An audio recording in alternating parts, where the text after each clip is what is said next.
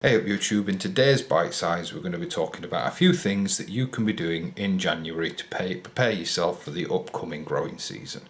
Stay tuned till the end of the episode to see what you can be planting now to scratch that grower's itch, especially for you new allotmenters. So I'll see you in a minute.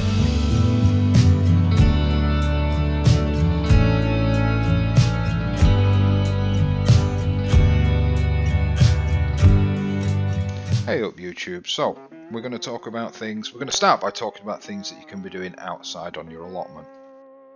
So what you actually can see me doing, I do have individual videos on a lot of this stuff. I'll try and link them in the cards up above and down in the description below.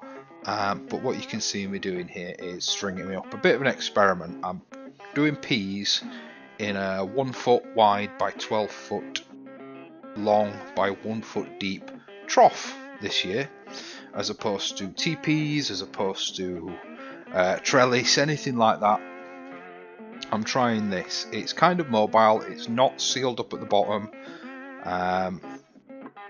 So yeah, I mean, we'll see how it goes, but the main focus, the main point here is it's all about preparation. January is all about preparation.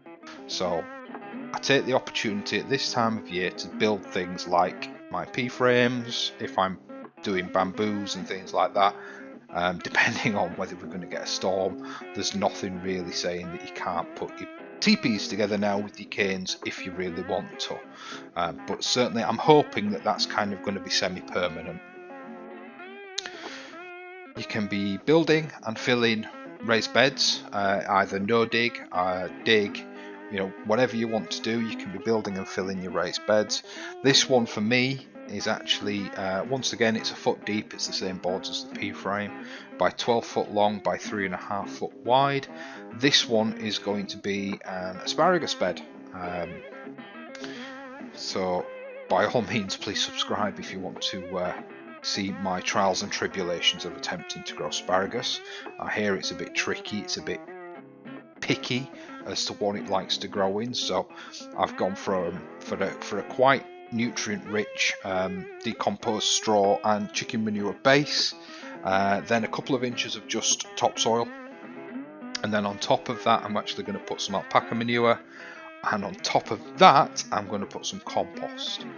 The reason I've gone for asparagus in a raised bed as opposed to just putting it in the soil is my soil is actually very heavy clay and water retentive.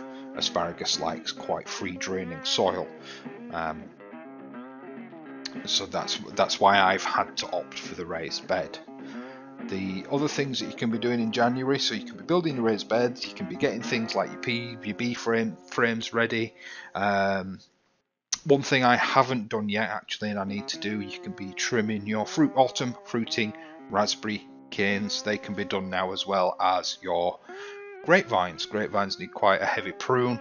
I will be covering that in Sunday's video, so once again, subscribe if you want to see that. We'll talk about it a little bit there. Also, this time of year, I like to be doing things like any major changes, things like that. I'm actually converting this entire bottom end behind where you see this bed where I'm getting the compost from. I'm actually going to be converting all that over the coming months to a seated area. Just somewhere for the missus, for the kids, for myself to sit and take in and enjoy the garden. I've got the shed up the top end, but that's mainly focused around growing. You see up the top end you've got my polytunnel, my greenhouse, the chickens, things like that. This bottom end is going to be more about sitting, having a drink, maybe having a barbecue, things like that, with a little bit of space so you're not cramped up in a shed or looking at the front of a polytunnel or things like that. So what I've actually done, and you'll see me start doing it in a minute, is I've rerouted my path. As you guys know that have been followers for a while, I've got a path up the middle of the allotment and a path down the far side of the allotment. I'm going to take out the path that's down the far side of the allotment, and I'm just going to have this bottom section all wood chipped off. I need to find a new home for the trailer, and then the compost bin and all the leaf mold bin and everything like that is coming down. That's all good. That is now actually all wood chipped off. The reason I go to the extent of putting a barrier in here is because the wood chips that I get for free are generally from conifers and things like that. They're acidic, and I don't want that leaching onto my beds. Now, if you don't know, wood chip is a great mulch. It really is. But you want to avoid things like conifer wood chips going onto your raised beds, onto your growing soil. They will acidify your soil. There are plants that enjoy that. Your fruit bushes will quite like it, but for the most part, you want to try and keep that to paths and spaces like that, not growing spaces. Other things you can be doing in January, the kids and getting the kids involved in. The kids actually love doing this. Is chitting your potatoes. This is how I do mine. Simple as into an egg box. Try and make sure that there's plenty of room for air to get round them. Into an egg box. If you watch Sunday's video, it's bum up, bum down, eyes up. That's how we do it. That is the way that you do it. Just put them in an egg tray, sit them on a cool sunny windowsill, or in my case, I actually put mine out in the greenhouse. If there's a frost coming, I'll just nip out and cover them with newspaper, magazine, even the top of a cardboard box, as long as I'm going to take it off the following day. On my windowsills in the house at the moment, I've got my onion seeds. Now, I am continually sowing onion seeds in an effort to try and create not a perpetual crop, but a staggered crop, I think is the word that they use. So I've some out in the greenhouse, I've some down in the polytunnel, I've some on the windowsill. And they're just left to their own devices. They're a really long season, they take a long time. They sit there quite happily. Moving down, I then have my grow tent, which I start my chilies, my early chilies off in. Things like your super hots, they have a particularly long season. Now, this is something that you need if you want to do it. If you want to do them early, you need specialist equipment for. Sounds a bit daunting, but it's really, really not. There's a video about it on the channel, and all I have is a 1.2 meter by 90 by 90 grow tent, 2 full spectrum LED grow lamps, a fan because you need a bit of air circulation, and a heat mat. That's all I use. And you see there my first sowing, which was done on the 14th or the 4th of December. I can't quite read the labels. I think it was the 4th. They're my first sowings. So you see they're lovely, nice little squat plants, quite healthy, quite happy, and they'll sit in there while ever they can, for as long as they can, really. It's specifically what the tent is for. This is a little experiment. It's an Overwintering Jalapeno. It's from the seeds that I did last Christmas, so the Christmas before the one just gone. I think it's got away a little bit too early, but we'll leave it. We'll see what happens. On your overwintering jalapenos, remember, you only want to be watering them once every 2 to 3 weeks, really. You're trying to keep them dormant. As you can see, going out into the greenhouse, this is where my chitting potatoes ended up.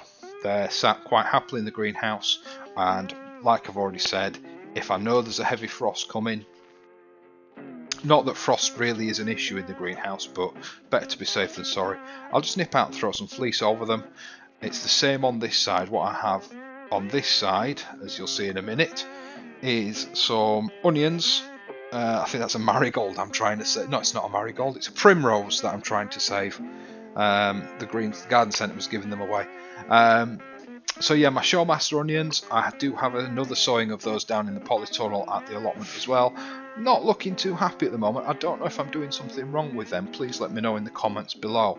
But I'm not too worried. Obviously, they're in an unheated environment, and it's the middle of winter, so we'll worry about them in springtime. As long as they're happy and surviving, then I'm happy for them to sit there and hopefully develop a nice strong root system. January is a good time to be sowing your broad beans. These went in the start of January, I think the start of January, late December. and they're more than happy sitting there in that greenhouse now. Sprout them inside, move them outside into the greenhouse. If you keep them inside, you tend to find they grow far too quickly.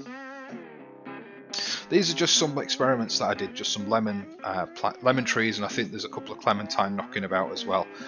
They were just seeds from lemons bought from a supermarket. I just thought it'd be interesting to plant them.